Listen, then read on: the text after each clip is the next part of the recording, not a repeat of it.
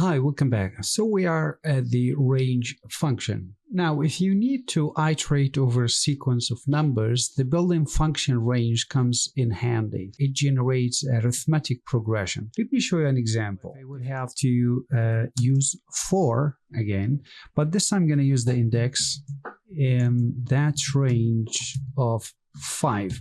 So what does that exactly mean? Create 5 different values in particular. Say, let me show you if I want to print the index, what you would expect. That you get 5 values and starting from the index of 0. The legal indices for items of a sequence of length 10, it's possible to let the range start at another number or to specify even a different increment. What I mean, if we want to create, for example, say a list, right? I want this list.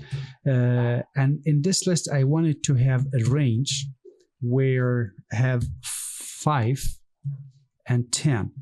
Now, what does that mean? Let me just print the outcome of this.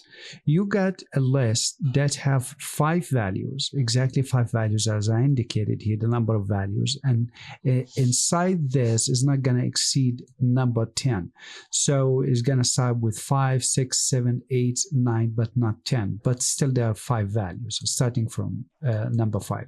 I could also do something else. I could maybe adjust the starting point. So for example, I'm going to start from 0 all the way to 10, and I want you to move by 3.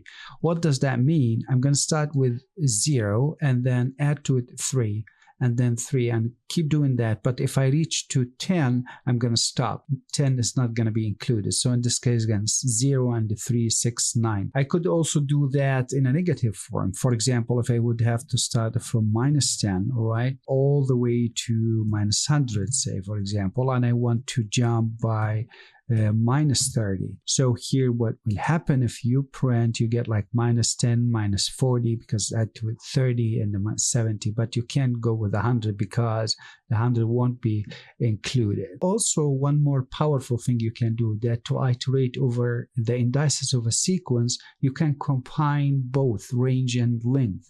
Say for example, if I would have to define list A, okay, it's just a variable which is a list. Loop over this, what I could do for the index, all right, in A as we did before, but this time I'm not gonna exactly loop over A by their entries of March, April, and May. I'm going to do something else. I'm going to loop over the range of the length of that A in the form of 3. Is if I just want to print the index and show you what does that look like. It's 0, 1, and 2. It's just 3 values as we expected. So what I can do actually, I can just print maybe the index, and also I could get the this A list, and I want you to pick up that index value. In this case, if you print one more time, you get 0 index has the value of March, 1 index April, and so on and so forth. So we're going to actually deal with much more sophisticated example in the following sections, but I just wanted you to see the powerful of that. I can do one more thing before ending this section. There is a built-in function called the sum, which basically just it makes the sum of a list or whatsoever.